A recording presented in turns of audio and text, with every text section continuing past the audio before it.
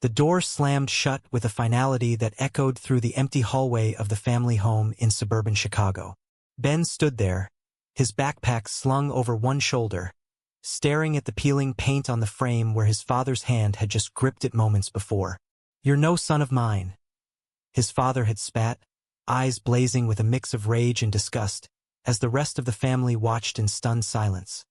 His mother weeping quietly, his sister averting her gaze, and his brother shaking his head in disappointment. It had all unraveled so quickly.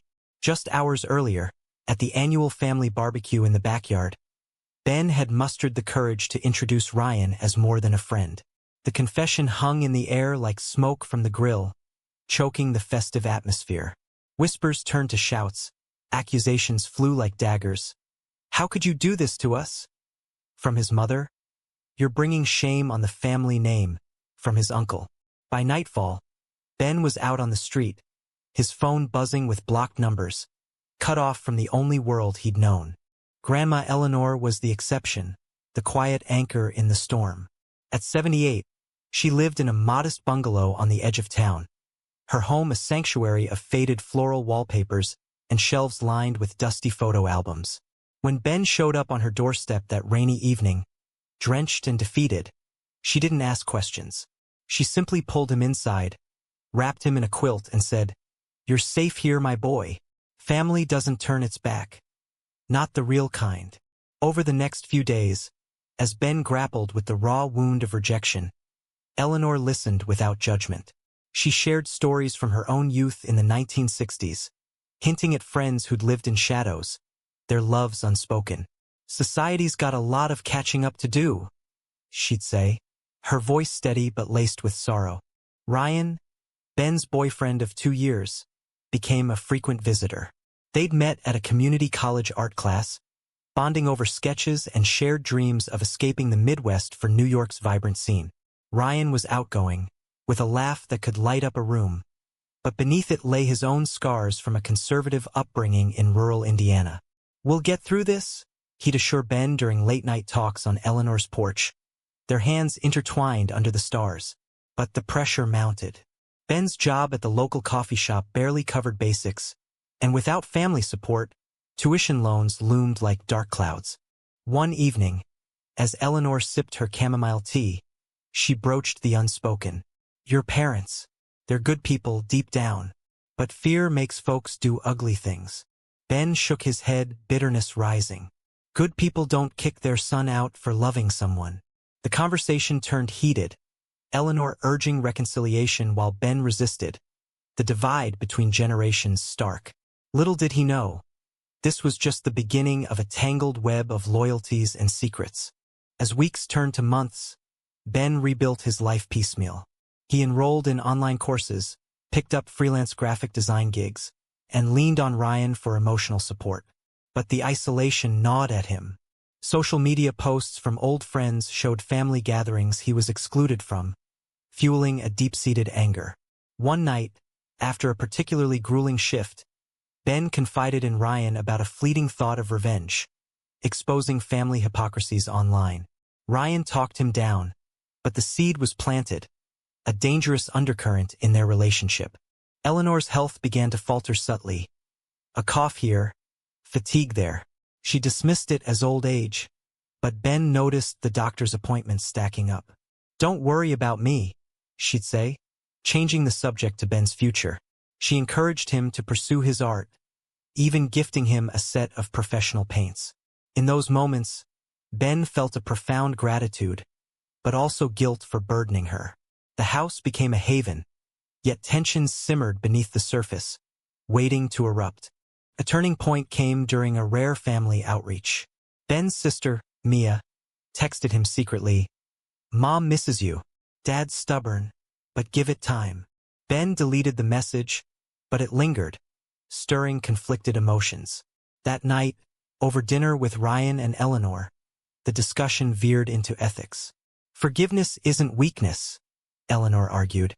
Ryan nodded, but Ben snapped, "Easy to say when you're not the one disowned." The room fell silent, the first crack in their fragile unity. As winter approached, the chill seeped into more than the air. Ben's father, a prominent local businessman, began spreading rumors at church about Ben's lifestyle choices, turning community opinion against him. Job opportunities dried up, and Ryan faced harassment at his workplace. The couple's bond strained under the weight. Arguments flared over how to respond, with Ben pushing for confrontation and Ryan advocating caution. Eleanor, sensing the rift, shared a cryptic warning.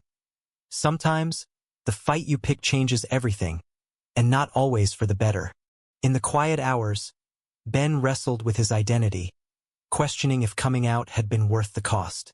The internal turmoil was relentless, a battle between self-acceptance and the longing for familial bonds. Eleanor's unwavering support was his lifeline, but even she couldn't shield him from the gathering storm. Little by little, decisions loomed that would test loyalties and force sacrifices no one anticipated. The diagnosis hit like a freight train. Eleanor sat in her armchair, the doctor's report trembling in her hands, revealing stage 3 lung cancer. "I've known for a while," she admitted to Ben, her voice barely above a whisper. He knelt beside her, tears streaming, begging her to fight, but she shook her head. "I've lived my life, dear. Now it's about making sure you're set." Ryan was there too, holding Ben's hand as the reality sank in. The next days blurred into a haze of hospital visits and treatment plans. Eleanor refused aggressive chemo, opting for comfort care, her resolve ironclad. "I won't spend my last months hooked to machines," she declared. Ben admired her strength but felt helpless, the weight of impending loss compounding his earlier grief. Amid this, family dynamics shifted treacherously. Word of Eleanor's illness reached Ben's parents through Mia, who visited under the guise of concern. "They want to see her," Mia pleaded during a tense porch meeting. Ben hesitated, the old wounds reopening. Ryan urged him to allow it, whispering, "For her sake." Reluctantly, Ben agreed, but the reunion was fraught. His father, stiff and unapologetic, focused on Eleanor, avoiding Ben's gaze.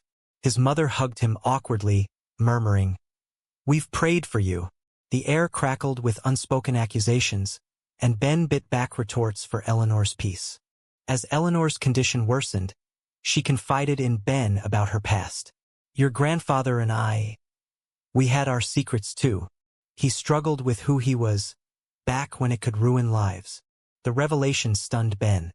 His grandfather, the stoic veteran, had hidden his own attractions? It humanized the family's rigidity, but also fueled Ben's resentment. "Why didn't you tell them?" he asked. Eleanor sighed. "Some battles aren't worth the blood." Ryan's support faltered under the strain. His own family, upon learning of the relationship, issued ultimatums. Cut ties with Ben or lose inheritance. Ryan confided this during a late-night drive, his voice cracking. "I love you, but what if we tone it down? Just until things settle." Ben felt betrayed, the words a knife twist. Tone it down? That's not love, that's hiding. The argument escalated, Ryan storming off, leaving Ben alone with his doubts. Eleanor's lawyer arrived one afternoon, papers in hand. "She's updating her will," he explained privately to Ben. Eleanor had amassed a surprising nest egg from wise investments, far more than her modest life suggested. "She wants you taken care of," the lawyer said. Ben was overwhelmed, but guilt gnawed.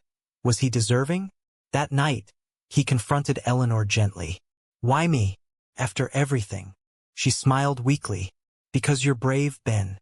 Braver than I ever was." The family's opportunism surfaced soon after. His father called, feigning reconciliation. "For Mom's sake, let's put this behind us." But Ben overheard a conversation. Mia's slip about the potential inheritance. Suspicion bloomed. Were they circling like vultures? Ryan, sensing Ben's paranoia, tried to mediate, but their rift deepened. "You're pushing everyone away," Ryan accused. Ben shot back. "Or maybe they're pushing me." A pivotal confrontation unfolded at the hospital. Eleanor, frail but lucid, gathered the family. "I've made my choices," she announced, revealing she'd left the bulk of her estate to Ben, with stipulations for charity work supporting LGBTQ causes. Gasps filled the room. His father exploded. "This is madness. He's influenced you." Eleanor silenced him with a glare. "No, son. You've influenced yourselves with hate." Ben stood frozen, the validation bittersweet amid the chaos.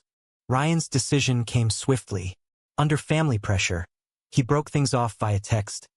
"I can't do this anymore. It's too much." Ben's world shattered again, the loss compounding Eleanor's decline. Alone in the bungalow, he pored over old photos, questioning every choice. Had his openness destroyed everything? The internal conflict raged. Pride versus reconciliation, love versus survival. As Eleanor's days dwindled, Ben devoted himself to her care, reading aloud from her favorite books, sharing laughs over memories. But the family's resentment festered. His brother, once neutral, sided with their father, accusing Ben of manipulation. A heated phone call ended in threats. "You'll regret this." Ben hung up, heart pounding, the moral quandary clear. Fight for what's right or yield for peace. In the quiet moments, Ben reflected on society's grip. Chicago's progressive pockets clashed with suburban conservatism, mirroring his turmoil. Eleanor's lessons echoed. Change starts with one voice, but at what cost? The decisions ahead loomed large, each carrying a price tag of pain and potential redemption. Eleanor's passing came peacefully in her sleep, a mercy amid the suffering. Ben found her that crisp autumn morning, her hand still clutching a photo of him as a child. Grief crashed over him like a wave, drowning out the world. The funeral arrangements fell to him, a solitary task that highlighted his isolation. Ryan didn't show, his absence a fresh wound, but Mia attended quietly, offering a hug that Ben accepted stiffly. The reading of the will ignited the powder keg. In the lawyer's sterile office, the family assembled. Ben's parents stone-faced, his siblings fidgety. The document confirmed Eleanor's wishes. $500,000 to Ben, conditional on funding a local LGBTQ youth center, with smaller bequests to the others. His father's face reddened. "This is theft. She wasn't in her right mind." Accusations flew, undue influence, coercion. Ben remained silent, the inheritance a double-edged sword. Security laced with conflict. Legal battles ensued. His father filed a contest, claiming Eleanor had been manipulated during her illness. Court dates loomed, draining Ben's energy and the estate's funds. He hired a lawyer, dipping into preliminary disbursements, but the stress mounted. Nights blurred into insomnia, haunted by what-ifs. Should he settle? Walk away? The moral dilemma tore at him. Honor Eleanor's intent or spare further family rift? Community response varied. News of the will spread through church gossip, painting Ben as the villain in some circles, a hero in others. Support groups reached out, sharing stories of similar estrangements, bolstering his resolve. One evening, at a LGBTQ meetup in downtown Chicago, Ben met Jordan, an activist with a firebrand spirit. "Fight them," Jordan urged over coffee. "This isn't just about money. It's about visibility." Ben felt a spark, but caution lingered. Was he ready for more exposure? Ryan reappeared unexpectedly, knocking on the bungalow door one rainy night. "I messed up," he admitted, eyes pleading. "My family. They made me choose." Ben's heart wavered. Forgive or protect himself. They talked for hours, rehashing betrayals, but trust was fractured. "I need time," Ben said finally, closing the door on uncertainty. The court hearing was a spectacle. His father testified, voice booming. "My mother's values were traditional. This abomination goes against everything." Ben's lawyer countered with Eleanor's letters, detailing her support for Ben's identity. Witnesses from her bridge club corroborated her lucidity. Ben took the stand, voice steady. "She saw me when no one else did." The judge ruled in his favor, but victory tasted hollow amid glares from his family. Post-verdict, his mother approached privately. "I never wanted this," she whispered, tears falling. "But your father, he's set in his ways." Ben felt a pang, empathy clashing with anger. "Ways that hurt people," he replied softly. The exchange planted seeds of doubt. Could bridges be rebuilt, or were they burned forever? With funds secured, Ben poured into the youth center project. Partnering with local organizations, he oversaw renovations on an old community hall, envisioning a safe space for others like him.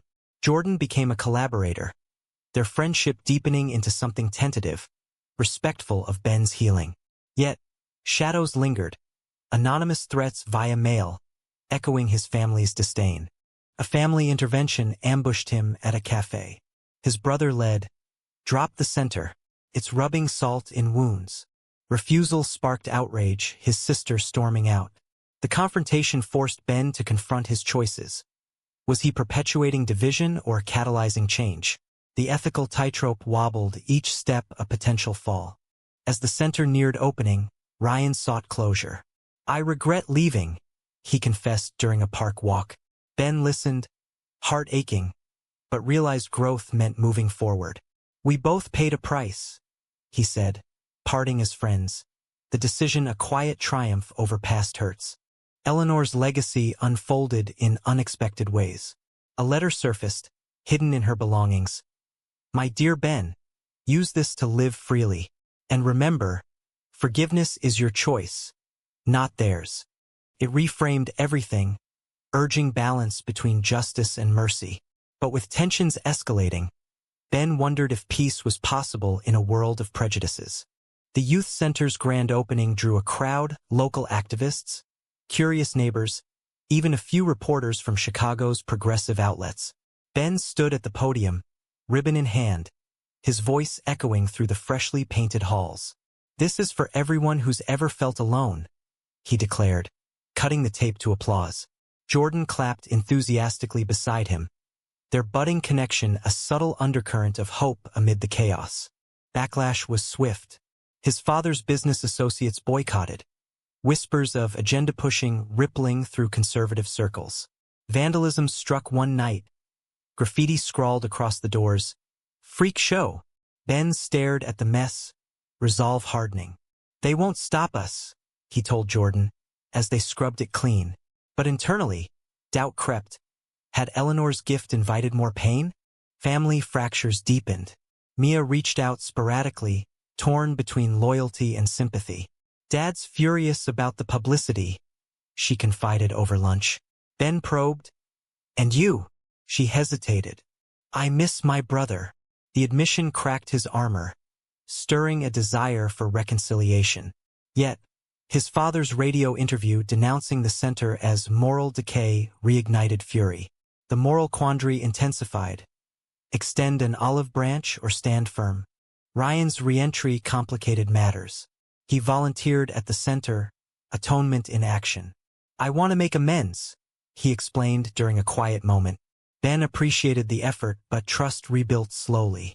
A shared laugh over old memories hinted at possibility, but Jordan's presence added tension. A subtle rivalry for Ben's attention.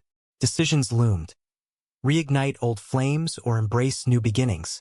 A shocking betrayal emerged from unexpected quarters. His brother, under financial strain, leaked estate details to a tabloid, framing Ben as a greedy opportunist. The article hit stands, twisting facts. Gay son swindles dying grandma. Ben's phone exploded with hate mail, the center's funding jeopardized. Confronting his brother at their parents' home, voices rose. "How could you?" His brother sneered. "You started this war." The family watched, divided, mother pleading peace, father smug. In the aftermath, Ben grappled with retaliation urges. Jordan advocated exposure. "Call them out publicly." Ryan cautioned restraint. "Don't stoop to their level." The choice weighed heavy, a test of character. Ultimately, Ben opted for a press conference, sharing Eleanor's letter verbatim. "This isn't about money. It's about love," he stated, turning the narrative. Support surged, donations pouring in, but the personal toll mounted. Sleepless nights eroded faith in humanity. Healing glimpses appeared. His mother visited the center incognito, observing teens finding solace. "It's good work," she admitted later, a tentative bridge. Ben noided, emotions swirling. Join us sometime. The invitation hung, a fragile thread in the web of mending. As winter thawed into spring, Ben reflected on the journey. Society's prejudices mirrored his family's, but change flickered. A teen thanking him for the safe space, echoing his own past needs. Yet costs accumulated, lost relationships, emotional scars. Jordan confessed feelings during a late-night planning session. "You're inspiring." Ben reciprocated cautiously, the decision a leap into vulnerability. The climax brewed at a family Easter dinner Ben attended warily, invited by Mia. Tensions peaked when his father cornered him. "End this nonsense, and we'll welcome you back." Ben refused. "Not if it means hiding who I am." The standoff ended in stalemate, but his mother's quiet support afterward hinted at shifts. Ryan bowed out gracefully, recognizing Ben's path diverged. "Be happy," he said, a bittersweet farewell. The parting, though painful, freed Ben to pursue Jordan, their relationship blossoming amid shared purpose. Eleanor's influence endured, her secret cash, not just funds but a catalyst for awakening. Ben pondered the prices paid, betrayals endured, choices made. Was the fight worth it? As the center thrived, he believed so, but doubts lingered in quieter moments. Success at the center brought national attention, a feature in a major LGBTQ magazine, highlighting Ben's story as a beacon of resilience. Invitations poured in for speaking engagements, from college campuses to advocacy conferences. Jordan accompanied him to one in New York, their hands linked openly, a statement of defiance and joy. "We've come far," Jordan murmured on the flight, but Ben knew the road twisted still. Family reconciliation attempts faltered and flared. His father suffered a minor heart scare, prompting a hospital visit where words were exchanged softly. "I don't understand you," his father admitted. Ben replied, "You don't have to, just accept." No miracles occurred, but the door cracked open, a sliver of possibility amid years of hurt. Mia's wedding became the ultimate test. Invited reluctantly, Ben attended with Jordan, bracing for drama. Whispers followed them, but he held his head high. During toasts, his brother approached. "Truce." Ben nodded warily, the gesture a calculated risk. Yet, his father's cold shoulder reminded him of unresolved pains. The event underscored the ethical maze. Forgive for personal peace or hold accountable for justice. Internal conflicts peaked during a therapy session Ben started attending. "You've sacrificed so much," the counselor noted. Ben confessed lingering anger. "They shamed me, betrayed me. Why should I let them back?" Processing revealed layers, societal conditioning fueling family bigotry, his own reactions sometimes fueling division. The awakening was profound. Change required empathy on all sides, but at what personal cost? Ryan's final chapter closed unexpectedly. He emailed congratulations on the center, revealing he'd come out to his family, inspired by Ben. "You showed me strength." The message brought closure, a testament to ripple effects. Ben replied graciously, the exchange a quiet victory over past betrayals. As the center expanded, adding counseling services, Ben faced a moral crossroads. A donor with conservative ties offered substantial funds, but with strings, toned-down activist elements. Jordan pushed rejection. Integrity first. Ben agonized, the decision echoing Eleanor's lessons. He declined, prioritizing mission over money, paying the price in budget strains but gaining community respect. Poignant moment came revisiting Eleanor's grave. Kneeling, Ben whispered thanks. "Your fight became mine." The inheritance, once a battleground, now fueled positive change, but scars remained. Lost time, fractured bonds. Jordan proposed partnership in running the center, solidifying their bond. "Together, we can do more."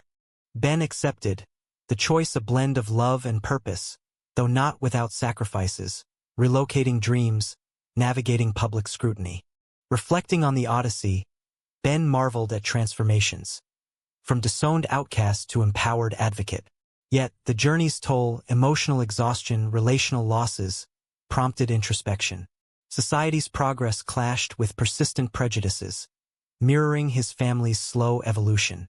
In the end, as he addressed a youth group, sharing his story, Ben felt Eleanor's presence. The path had been riddled with confrontations, betrayals, and awakenings, each decision exacting a price. But growth emerged from the ashes, a testament to resilience. Was it right for Ben to use his grandmother's inheritance to challenge his family's prejudices? Or should he have sought reconciliation without the leverage of money?